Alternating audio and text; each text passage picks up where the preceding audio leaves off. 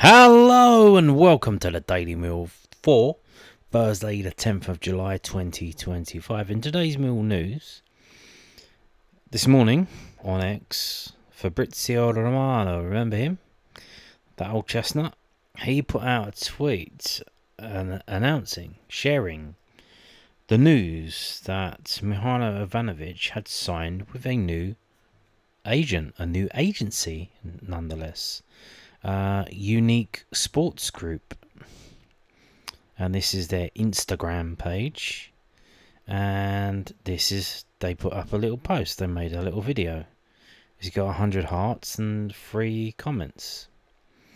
I don't have the Fabrizio Romano thing, but he's just sharing this. This is from 5 days ago. So at the weekend. Now, what's happened over the last 5 days? The interest is no.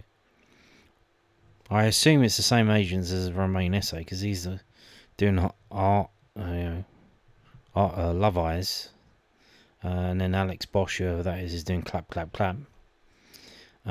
So yeah, they got this little video. I'll just pause it. I'm going to play it. Did I have the rights to use this video? I don't know.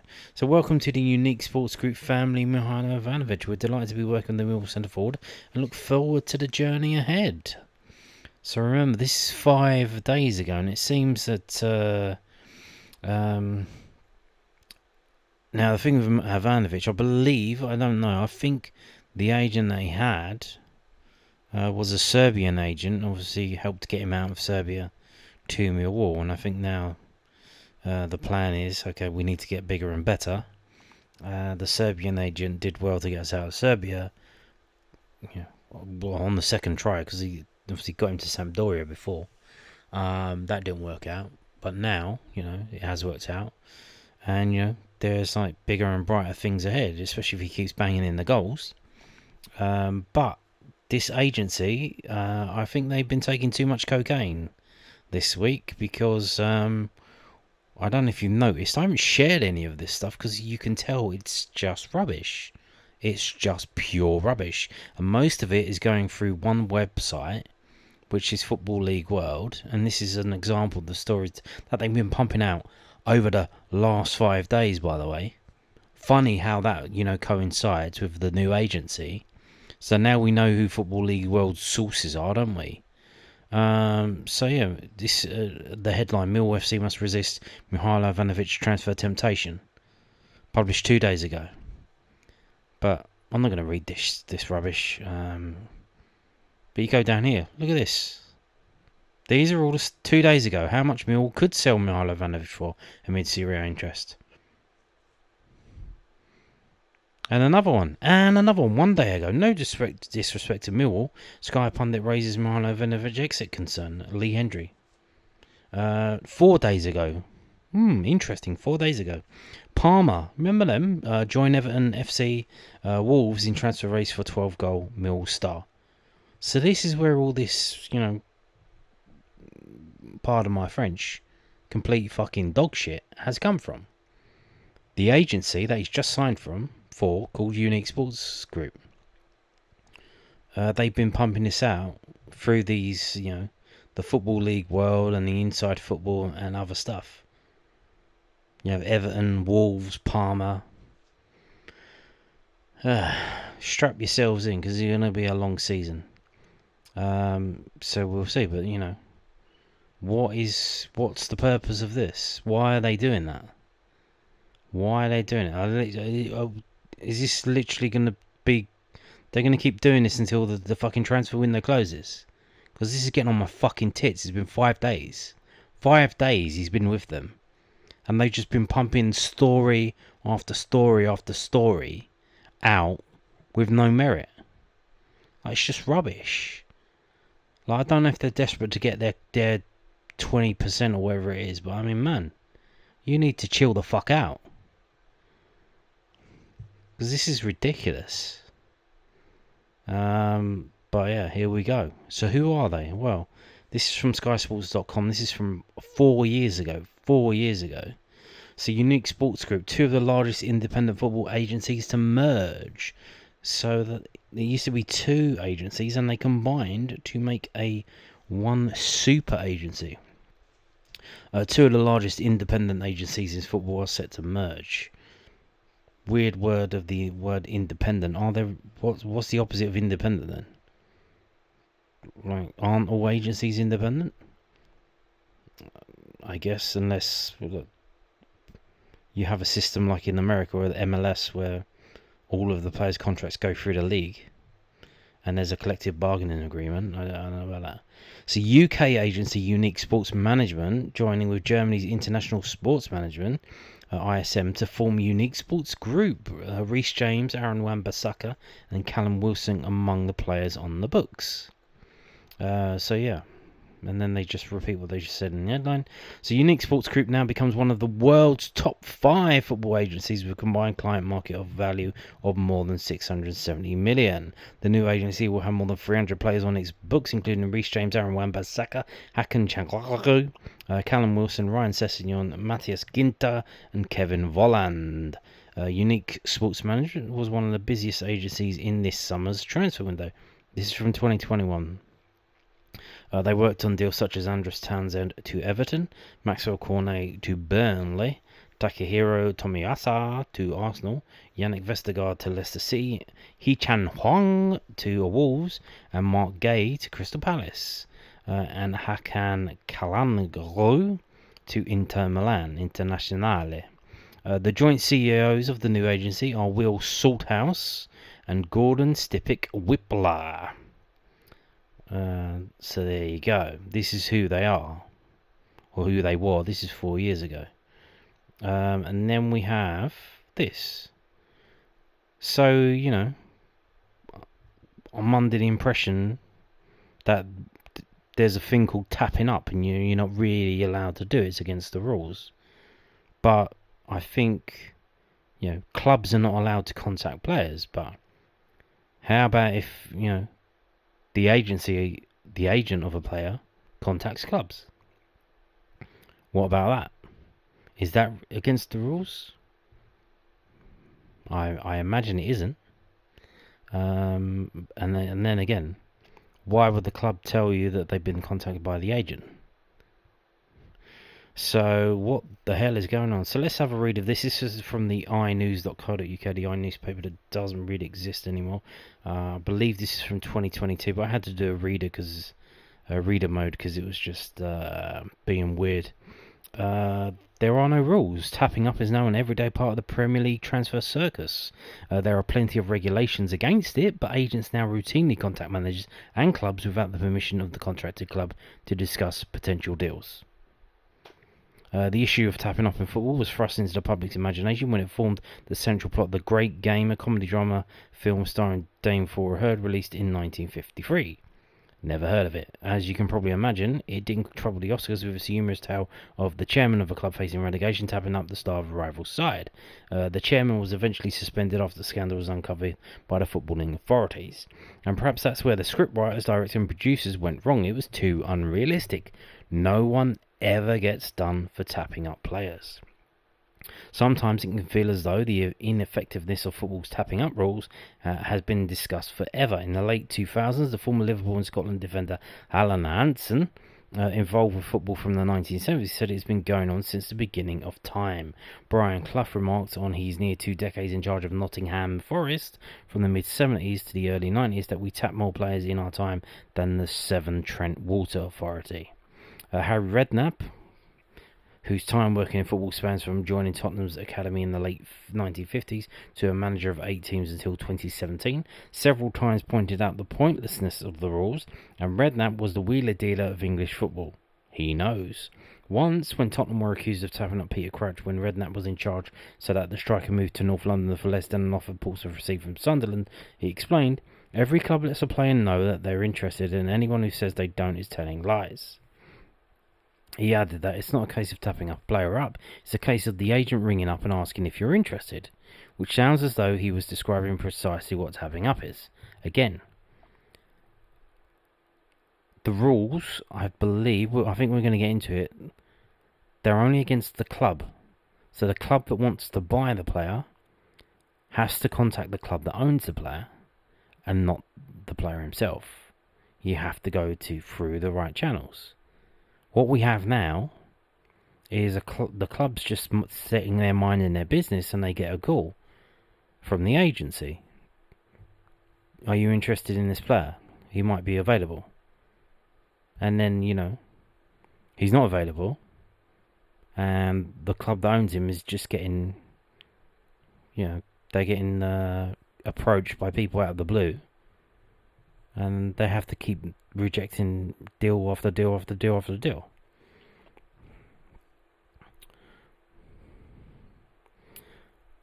Since Redknapp's days, the Hart form has evolved further. A prominent agent told me recently, on condition of anonymity, that tapping up has shifted to video conference calls, particularly everybody's pandemic favourite platform Zoom, but extended to FaceTime and WhatsApp video calls. There are 4-way calls, pictures of what is on offer. They can field questions, discuss plans, allay any fears. They can take place at home, on a smartphone, in an office, at a pre-arranged time, or anywhere.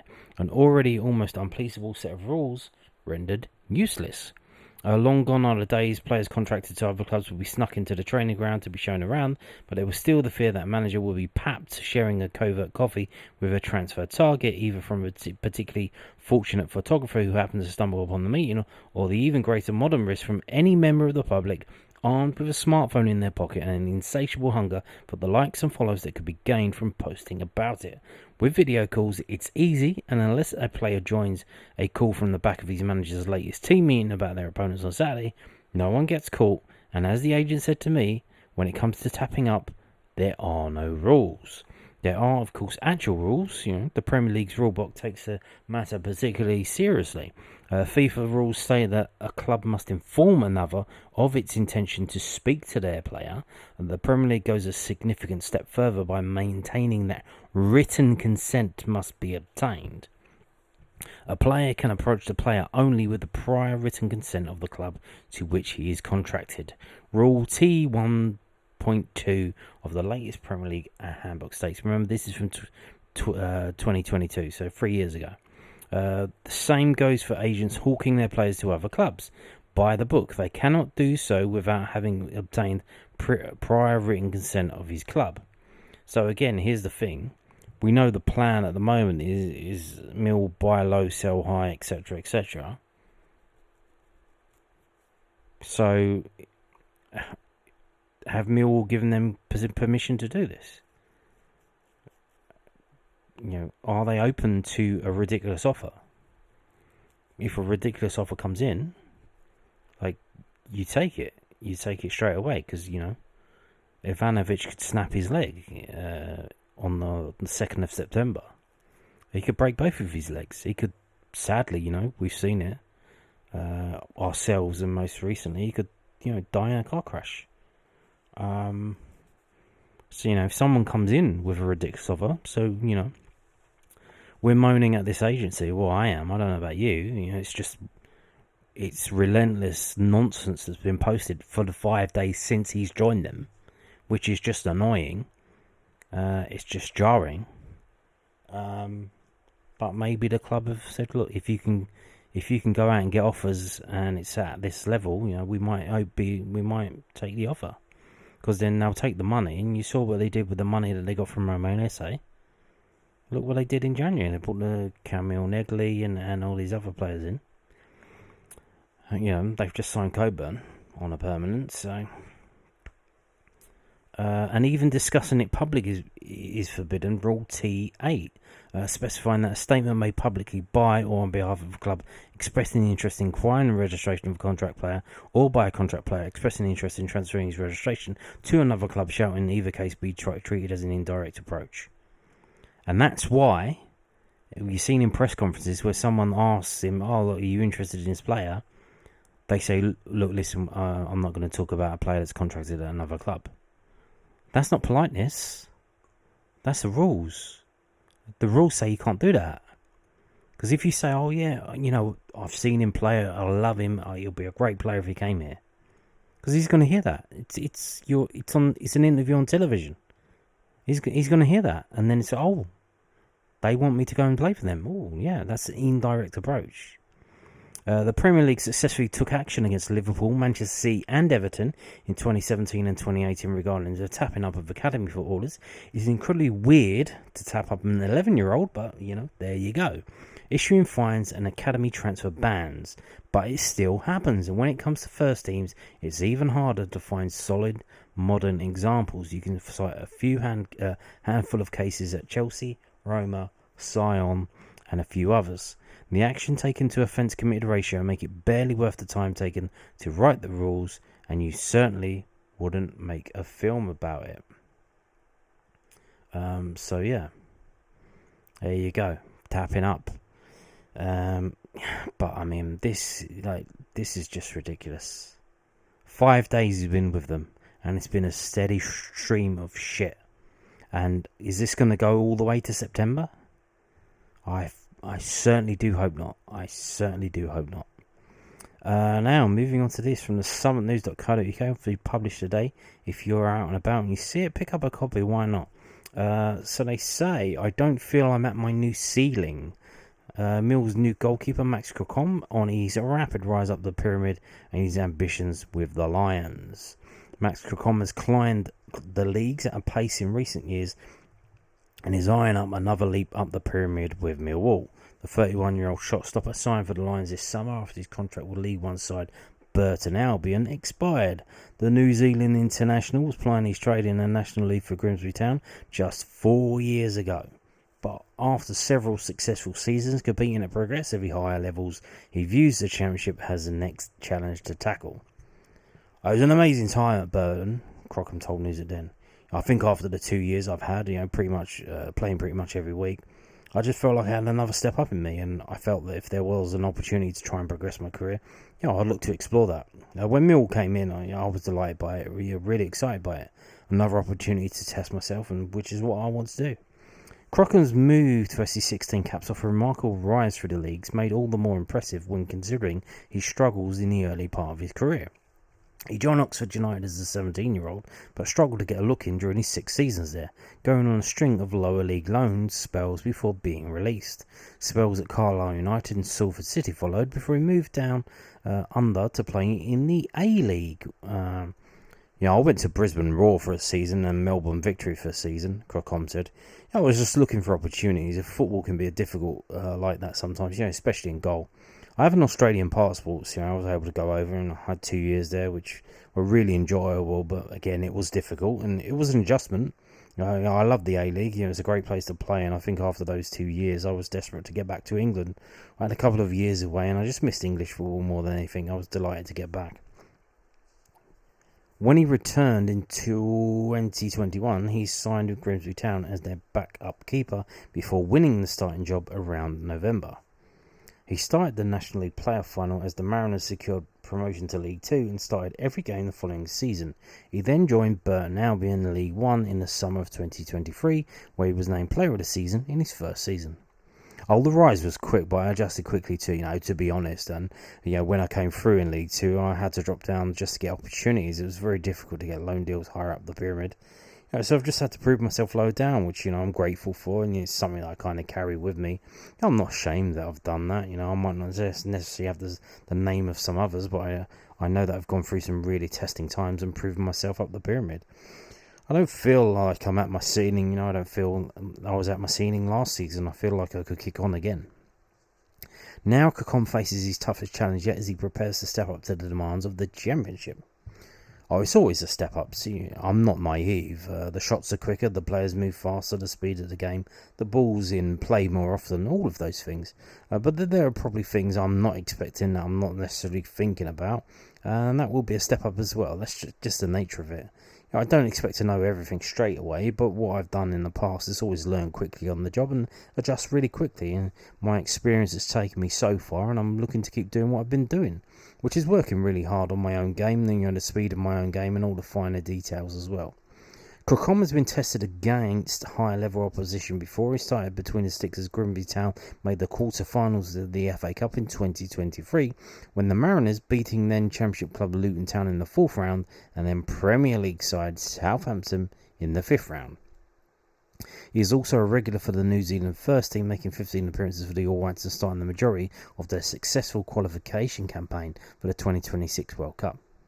Oh, it's been a great experience, Crocombe said. The exposure to the higher quality players because of my journey has been a really good marker for me, which has given me a lot of confidence. I feel like I've done really well for my country. I've always felt like more and more games I played, I felt like I could play against those sort of players, which again, stood me in good stead coming into this season in the Championship. It will obviously be tough, and I'm definitely not going to think it's going to be easy, but I feel ready for it. I've got good experience, and I'm young enough as well to be fit and ready to have plenty of areas to improve in as well. I'm continually trying to progress my game. It's been brilliant playing with some of the top players for New Zealand, and it's another thing that makes me feel that I'm ready. Crocombe joins a goalkeeping setup that has been thrown into disarray by injury. Mill's number one, Lucas Jensen, suffered a ruptured Achilles in April after a strong debut campaign for the Lions and will be out for an indefinite period of time. His replacement, George Evans, is the only other shot stopper in the squad. Crocombe will be competing for game time with Evans and potentially others should the club make further signings at the position before the transfer window shuts on September the 1st. It's a situation he has been in before at Grimsby, and he's not overly concerned with any potential battle for minutes. It's not something I focus on. I generally just focus on myself and I try and push myself. I played a lot of games over the last 4 years, but I've also had short times out of team. But when that happens, I don't sit and sulk about it. I'll just get my head down and I'll work on everything I can do off the pitch and to make sure that I'm ready when I'm called upon. When I've got my opportunities, I've stayed in the team after that. So that's been brilliant. But the work that goes on before you get the opportunity is what allows you to take it when it does arise. It's not really something psychologically I think too much about, really. I know what I can offer. Regardless of where Crocombe ends up in the pecking order, he hopes to contribute to any potential success the Lions have this season. We want to be pushing for promotion and we want to try and achieve that. And it'd be incredible for the football club, and that's the aim for everyone from speaking to the gaffer, Steve and everyone around the club. That's the aim.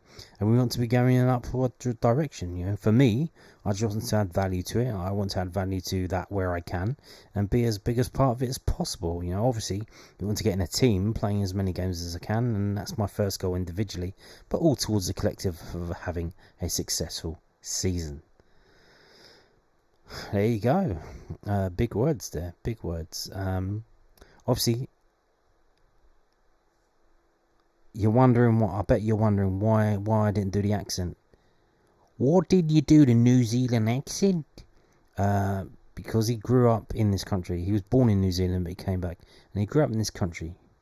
And, he did an interview with Millwall TV. And he sounded normal. He didn't sound like he was from New Zealand. Really? So, yeah. There you go. Now, speaking of Millwall TV, they have announced the packages for this season, 25-26. This is from millfc.co.uk. So Millwall Football Club is pleased to confirm that 25-26 Millwall TV packages are now on sale. Keep up to date with the Lions wherever you are in the world with the club's selection of offers. Whether it's an annual live video pass, a monthly live audio pass or something else, Millwall TV has you covered for the new campaign. An annual live video pass costs £140 for the season, but be aware the price will rise to £108 on 23rd of July. Do remember though, live video pass is only available for people outside of the UK and Ireland. Do remember that. But do also remember that VPNs exist, so nudge nudge, wink wink. An annual live audio pass is £45, a monthly live video pass is £25, and a monthly live audio pass is £4.50. Elsewhere, match passes will be available for £10 on a game-by-game basis, subject to broadcast rights for the fixture. So again, that's still going on. All Millwall TV packages do not include Emirates FA Cup or Carabao Cup live video feeds due to competition regulations. For any game unable to be streamed on Millwall TV, live video commentary will be made available for subscribers. What? For any game unable to be streamed on Millwall TV, live video commentary will be made available for subscribers. What? Does that make any sense to any of you? I think they mean live audio. Is that wrong? Or am I going nuts? If it's unable to be streamed on Millwall TV, then how can you have live video? Hello? McFly? Hello? Because the situation has been before that you get the audio. So if you subscribe to the video and they can't give you the video, they'll give you the audio. It's like bundled up. You get it for free anyway. Because obviously Carl Bates and whoever's on there with him, he does it to the pictures. But if you don't get the pictures, you still get the audio. I think that's supposed to say audio. So yeah, but do be aware as well, not only the price is going up, if you subscribed last year, or is this different? So here's the thing, I think this is different. I was about to say something, but I've just realised I think it's different. So I think Millwall TV Plus is an auto renew, but this is Millwall TV packages. So I think this is different. I think Millwall TV Plus is automatic. It automatically renews. So don't buy another one of them. Check your bank statement to see if it's gone through. And I believe it will go from when you subscribe. It's not from a fixed date every season. It's from when you personally subscribed. That's Millwall TV Plus. So I think you might have to do sign up for this again, Millwall TV. It's a different thing. So yeah. Now, moving on to this again from millwallfc.co.uk. The Royal British Legion's Poppy Walk 2025. So giving you lots of notice for this. November. Remember the 1st of November. So they're doing a thing, a Poppy Walk. I don't know if they did it before. Join us in supporting the Royal British Legion's Poppy Walk this November. The RBL's Poppy Walk is a nationwide series of family-friendly, reflective events that honour those who've served and raise vital funds to support today's armed forces community. Taking place in Crystal Palace Park, London. This year's Poppy Walk is your chance to walk in remembrance and show your support for the men and women who have given so much. Your club, your supporters remembering together. By encouraging fans, players and staff to take part, your club can bring people together in a powerful act of solidarity and make a real difference to veterans and their families. So if you use the code WALKFC25, you'll get £8 entry and under 18s go free. So what it seems to be, so you get a wooden poppy tribute, an exclusive Poppy Walk medal. If you raise £150 or more, you get a special medal and other stuff. So there's a website to go to, which is thebritishlegion.org .uk, and it will take you to Poppy Walk London. So you can see the normal price is £10. So if you use that code WALKFC25, you'll get it for £8. But yes, I think it's just like they have like a little ceremony or service, and then I think you pick up a poppy. You go on a walk, and then you put your poppy. You put your poppy in like a spot, and then that's it. That's all she wrote. So it starts at 10 a.m. So there you go. Now, moving on to this, published by millwallfc.co.uk today. Millwall continue their partnership with Spreadex. Millwall Football Club is delighted to continue its partnership with Spreadex as an official sports betting partner ahead of the 25-26 season. The partnership will once again include extensive exposure for the brand across the club's LED Premier advertising boards, alongside a presence across Millwall's social media channels and official website, with plans to offer a number of promotional giveaways to Lions fans throughout the season. Tell me more, I'm interested. What are you giving me? Spreadex uniquely offers customers access to financial trading, sportsbook betting, and sports spread betting. Oh, be careful with that. Be careful with that. All in one place. The firm, which now employs more than 200 staff at St Albans headquarters, has been operating since 1999 and is regulated by both the Gambling Commission and the Financial Conduct Authority. That's interesting. This is Financial Conduct Authority? Andy McKenzie, head of marketing at Spreadex Sports, said, "Last season was a thrilling one for supporters and partners alike, with the playoffs still a possibility for the Lions up to the final match. At Spreadex, we're delighted to be extending our partnership with Millwall and look forward to another exciting campaign ahead, where we'll again be active on our social accounts, giving away tickets and signed merchandise for fans to win. We're pleased to be extending our relationship with Spreadex for the 25-26 season after a successful start to our partnership last season," added Luke Wilson, Chief Commercial Officer at the Den. Spreadex have established themselves as a leading and well-respected name within sports betting, with a strong commitment to both promoting responsible gambling and delivering award-winning customer service. And this renewal reflects the strength of the relationship that we've been able to build in a short time. We look forward to continuing to work with Andy and the team over the coming season to deliver further benefits to fans via Spreadex's prize giveaways. So there you go. Now, we are going to look at the transfers that have been completed so far. July 2025 transfer done deals from bbc.co.uk. What have we got? Just in terms of we'll just scan through and go for the championship teams. We have Ryan Alebiosu. He's joined Blackburn from KV Kortrijk in Belgium. We have Aaron Cresswell. He has gone to Stoke from West Ham. And we have... who else have we got? Brodie Spencer has left Huddersfield and gone to Gary Rouse, Oxford. And that is all she wrote. We got Malik Wilkes leaving Sheffield Wednesday. Did he rip up his contract? He's gone to Pendikspor in Turkey, which is nice. What else have we got now? We've got Reece Burke has signed for Charlton from Luton.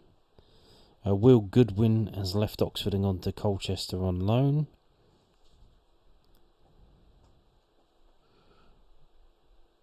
Jack Watmore has left Preston and gone to Huddersfield.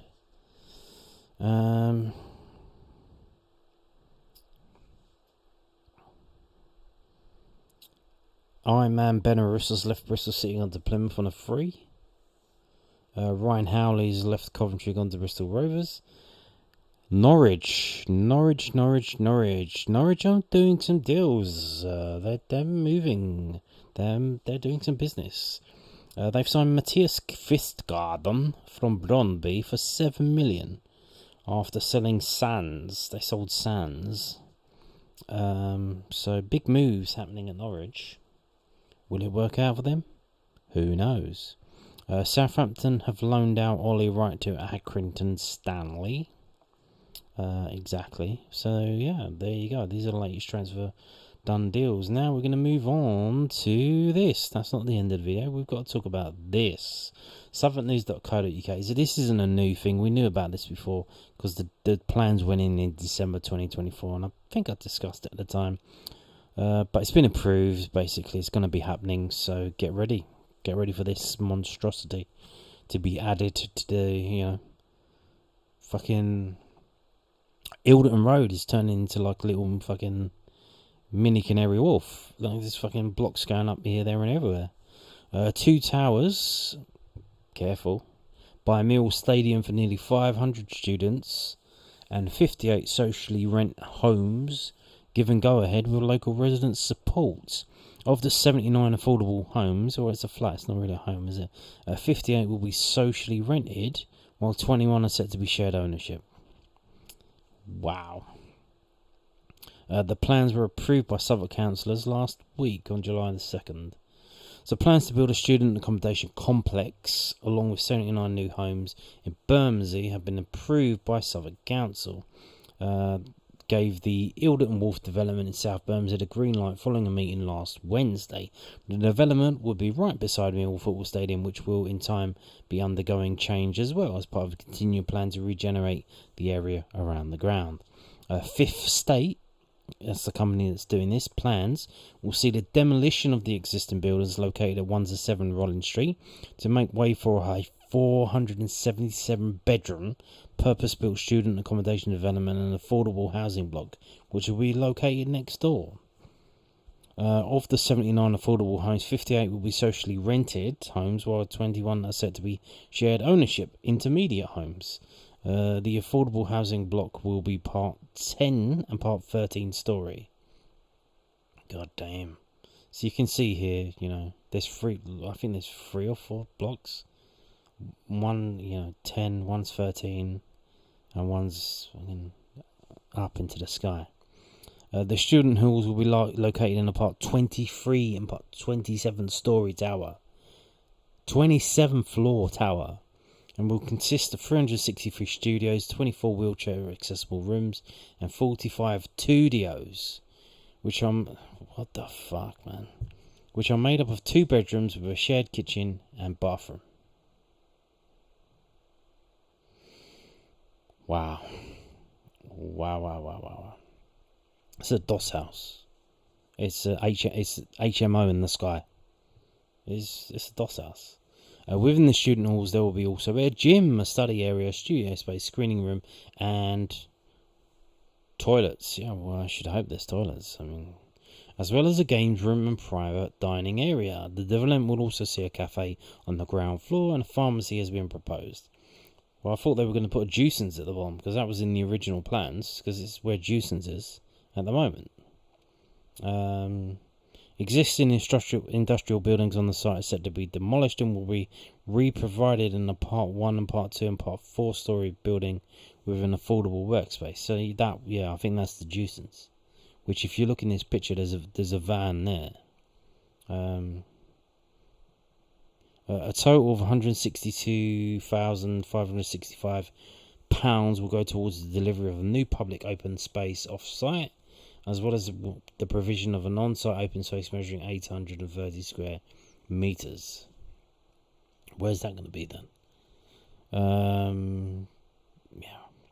And Alex Springer, founder of Fifth Estate, told the committee, due to our extensive consultation, we're proud that our planning application has received multiple letters of support and 0 objections. We're grateful to have received support from both Ilderton Primary School and Bonamy and Bramcote Tenants Associations.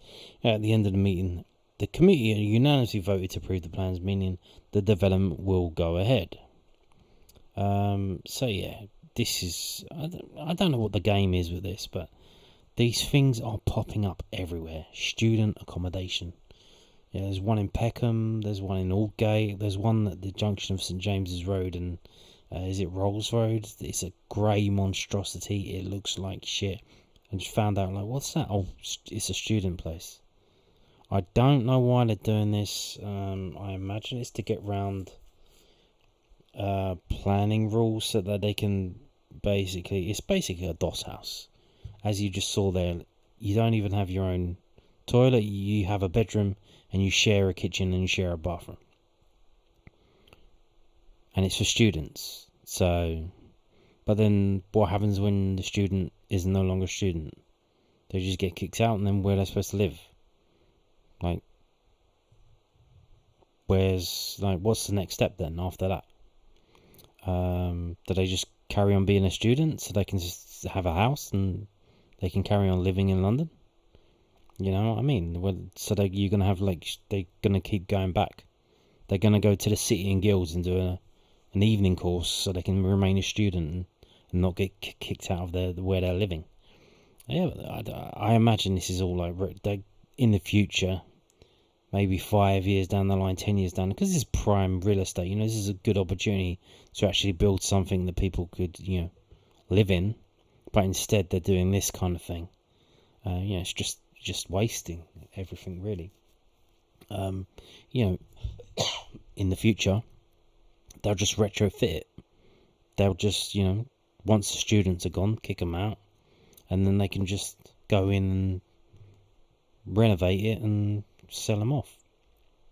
But the thing is, to get it through, they need to get it through the planning process. So they do this kind of thing, and then in the future, how about if we do this? How about if we do that?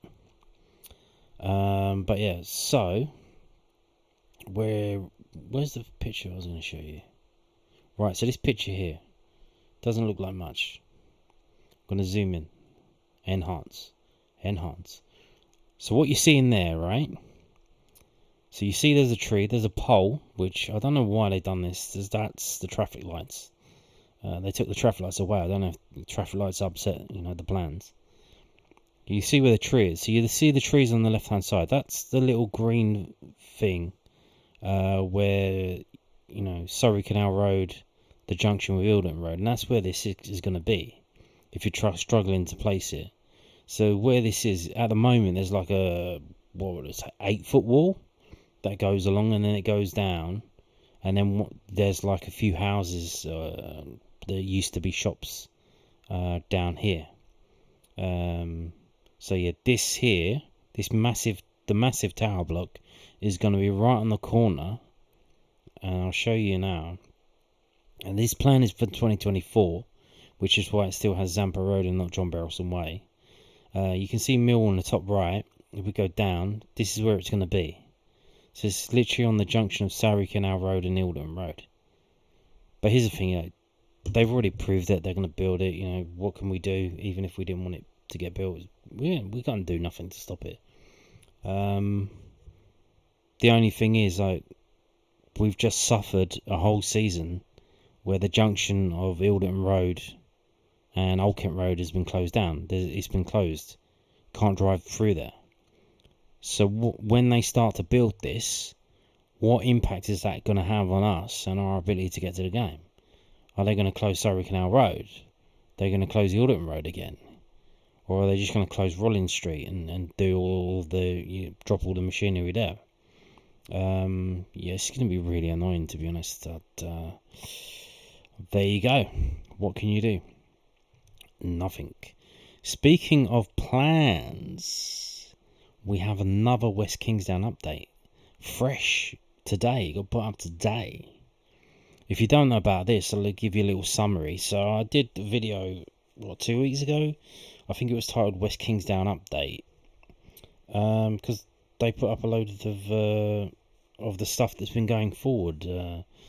So the situation here, this is the one that's been updated today, is Condition 8. So details pursuant to Condition 8, archaeological field evaluation specification and written timetable.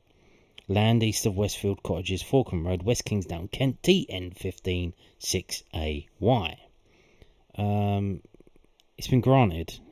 The decision date was today. So, so far so good. Thursday the 10th of July, 2025. And we'll have a little look at that. So what the situation is, the land that we're building the training ground on isn't a brownfield site, it's a greenfield site. It hasn't been built on before. So what they want us to do is check. We need to check under the ground. There could be some treasure down there. Some doubloons. We could get some jewels. Or, a femur of a Viking Saxon warrior. Or, just some fish bones or something like that. I don't know. But we need to build loads of trenches, dig them out, see if there's anything down there. And if there is, we have to, let them know what we found. They don't want to keep it in situ. So other people can come and check it out. And then I guess they'll take it away. Unconditionally.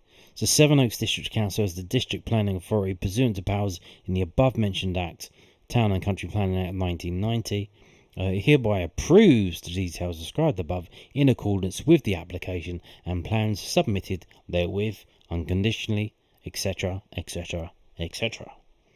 Signed by Richard Morris. And there you go. And we move on. So this sums it up pretty well.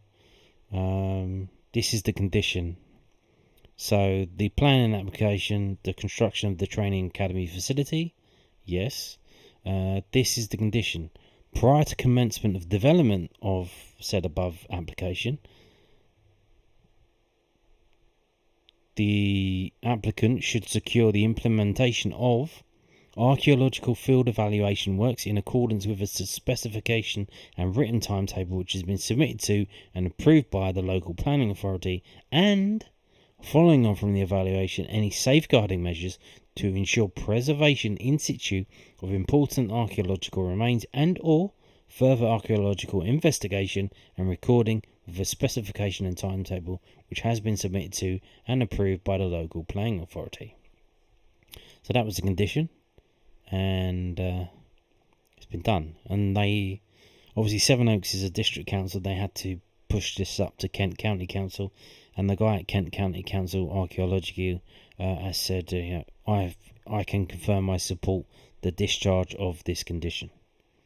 So it's been done, So now they're going to go down there. They can still start digging trenches and stuff like that. So I wonder when they're going to start doing that. Usually they do that kind of thing over the summer. They get people that are trying to train to be archaeologists, students and stuff, to do that kind of thing. Although, I don't know how they're going to do it, but they got to do a lot of digging, by the way, a lot of digging. So yeah, there you go. We are slowly moving forward. And on that note, thank you for watching and goodbye.